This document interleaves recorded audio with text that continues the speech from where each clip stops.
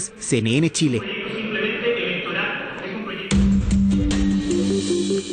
Bueno, precisamente este acuerdo de un avance gradual en la desmunicipalización para ir tratando de destrabar el proyecto de educación pública ha generado también reacciones, ciertas críticas que ya abordábamos en la nota y que queremos también abordar junto a alguien que estuvo dentro del Ministerio de Educación precisamente tratando esta materia. Queremos profundizar en este tema.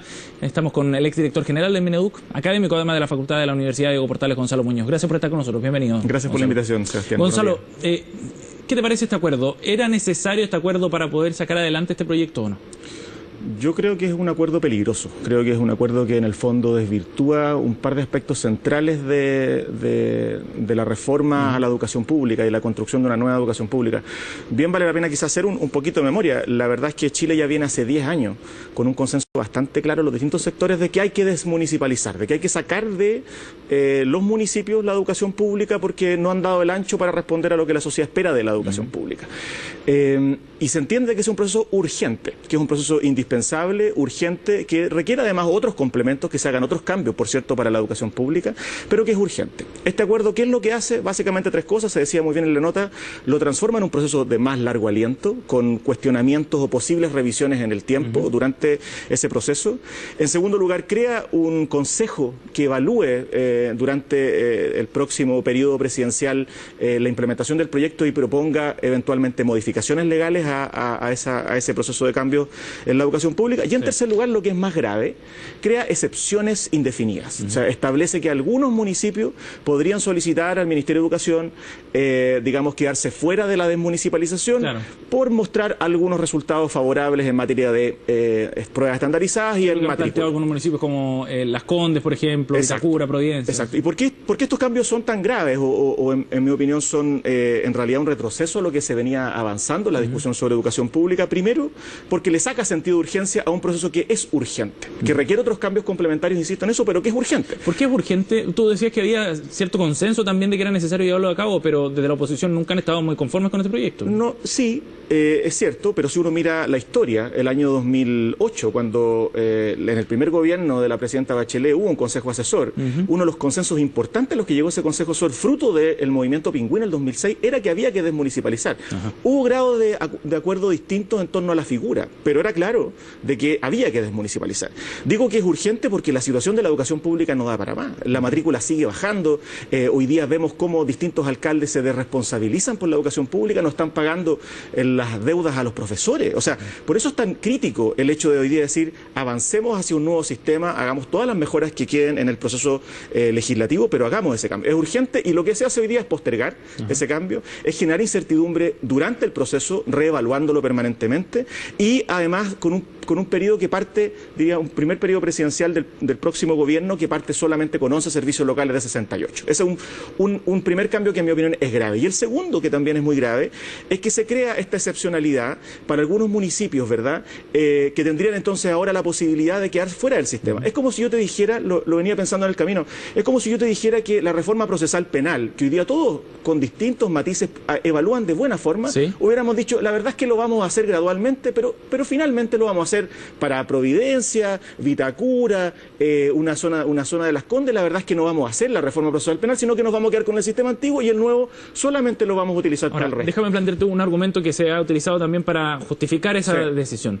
Que los colegios en Las Condes o en Vitacura, en Providencia, obtienen mejores resultados y están bien evaluados. ¿No es razonable eso para decir, bueno, hagamos una excepción con aquellos que tienen la plata, porque esto al final pasa mucho por tema de recursos, como para mantener en buen funcionamiento esos colegios municipales? Yo creo que exactamente al revés, porque ya sabemos que la segregación al sistema le hace mal, no contribuye a la calidad. Necesitamos también entonces, si es que efectivamente los colegios de Las Condes, de Vitacura lo están haciendo mejor, que contribuyan también al beneficio del resto de las comunas aledañas. ¿Y cómo lo hacen?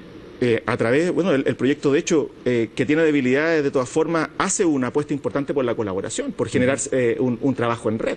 Por ejemplo, para que servicios, comunas o establecimientos que tienen un determinado trabajo puedan contribuir al resto. Esto de que en realidad quienes lo hacen mejor deben salvarse solos, que es un poco lo que está en la lógica de lo que la derecha ha propuesto y que seguramente está en el origen de este acuerdo, es seguir segregando un sistema cuyo ya sabemos, cuya toda evidencia muestra que no ha servido al objetivo de la calidad y obviamente menos al de la equidad. Entonces, no solo además genera este problema de segregación, sino que también nada nos garantiza, Sebastián, de que en 2 años más, en las elecciones municipales, otros alcaldes no hagan el mismo esfuerzo que están haciendo algunos, a lo mejor, de estas comunas hoy día por la educación pública, ¿se entiende? Entonces, genera unas islas en el sistema educativo que es insostenible. Yo espero de verdad que los diputados, porque esto vuelve, tú sabes, a tercer trámite a la Cámara de Diputados, rechacen estas modificaciones que hoy día se están haciendo en el Senado y que avancemos a un proyecto razonable. Ahora, ¿por qué crees tú que el Mineduc está apostando por este acuerdo cuando desde tu perspectiva es tan perjudicial? La verdad es que no lo sé. Por eso yo parto de mi intervención diciendo que es bastante incomprensible. Pero ¿no será, por ejemplo, de que no hay suficiente respaldo y espaldas políticas como para sacar adelante esto en los tiempos que uno de los problemas que ha tenido este proyecto, y en eso yo creo que hay responsabilidad fuerte de algunos sectores de la nueva mayoría, es que no ha tenido el suficiente respaldo político y la fuerza desde el comienzo de este periodo presidencial para empujarlo.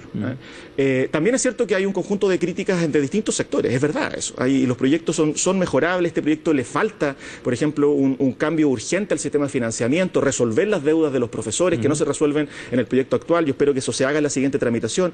Pero lo que es cierto, digamos, es que la nueva mayoría no ha tenido un compromiso férreo con la desmunicipalización. Al contrario, además de lo que se dijo, lo que dijo el senador Walker, por ejemplo, lo que dijeron distintos personeros de la nueva mayoría al comienzo del gobierno, ¿tú te acuerdas de decir por qué no partimos por la educación pública? Resulta que ahora las mismas personas que dijeron hay que partir por la educación pública, hoy día entre 4 paredes están pactando una demora de un proyecto. ¿Y dónde queda entonces el partir y la urgencia de la educación pública? Pareciera que es retórica y no compromiso real con un proceso de desmunicipalización. Respecto a lo que había planteado este gobierno al inicio del mandato, con las grandes reformas en materia educacional, desmunicipalización, la carrera docente, reforma a la educación superior, la ley de inclusión, esos 4 como pilares grandes. ¿Qué análisis haces tú respecto a la efectiva concreción de esta gran reforma? ¿Está tambaleando? Te lo pregunto porque la reforma de la educación superior está súper trabada. La reforma, de la desmunicipalización, digamos, ya lo hemos analizado, está también cuestionada y quizá eventualmente no se aplique completamente como se había pensado en un inicio. La ley de inclusión también está mostrando ahora algunos problemas, desde el punto de vista que algunas regiones o en algunas ciudades se han cerrado algunos colegios particulares subvencionados, están pasando a particular pagado y hay, según la Confepa, matrícula que desde el sector público no da abasto para esos alumnos. Y hay algunos que dicen, oye, corramos los plazos y dilatemos en 1 año más entonces el inicio de la ley. Entonces, por eso te pregunto si está tambaleando toda esta gran reforma que tenía esos 4 ejes. A ver, yo creo que hay que hacer un análisis que tiene distintas aristas y hay que ir separando, yo creo, los proyectos. Pero en raya para la suma, yo diría que es un proceso que, y con la desmunicipalización ha quedado bastante en evidencia, también con la reforma de la educación superior, que se ha ido desvirtuando y se ha ido desviando respecto de la promesa inicial.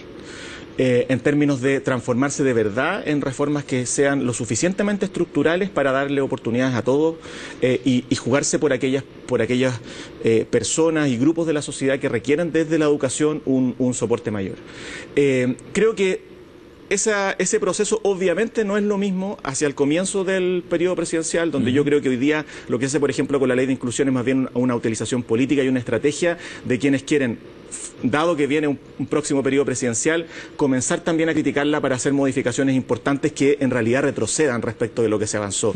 No hay ninguna evidencia en la ley de inclusión que uno pueda decir, la verdad es que eso está generando más problemas que beneficio a la sociedad chilena y al sistema educativo. O sea, y en eso yo me la juego por decir, no solo porque estuve en ese momento involucrado en el diseño de esa modificación importante, sino porque de verdad creo que esas 3 anomalías que se eliminaron van a permitir que el sistema esté en otro estadio de su desarrollo. Distinto creo es lo que ha ocurrido con la educación superior, distinto a lo que está ocurriendo con la desmunicipalización. Entonces, creo que ha sido un proceso donde el gobierno se ha ido debilitando, ¿verdad? Donde se ha ido perdiendo parte importante del espíritu inicial, donde creo que por lo mismo queda en evidencia la importancia de ahora discutir los cambios que vienen, porque lo que está en juego es finalmente decir, ponemos más lento nomás los procesos, solamente entonces retrocedemos, o más bien, como yo lo creo y como en realidad también lo cree mucha gente en Chile, necesitamos pasar a un nuevo estadio de reformas educacionales en serio, que efectivamente se hagan cargo de todo aquello que hoy día está quedando pendiente y que es indispensable para que el país dé el salto que necesitamos. Bien, Gonzalo, gracias por haber venido esta mañana. Gracias, Sebastián, por la invitación.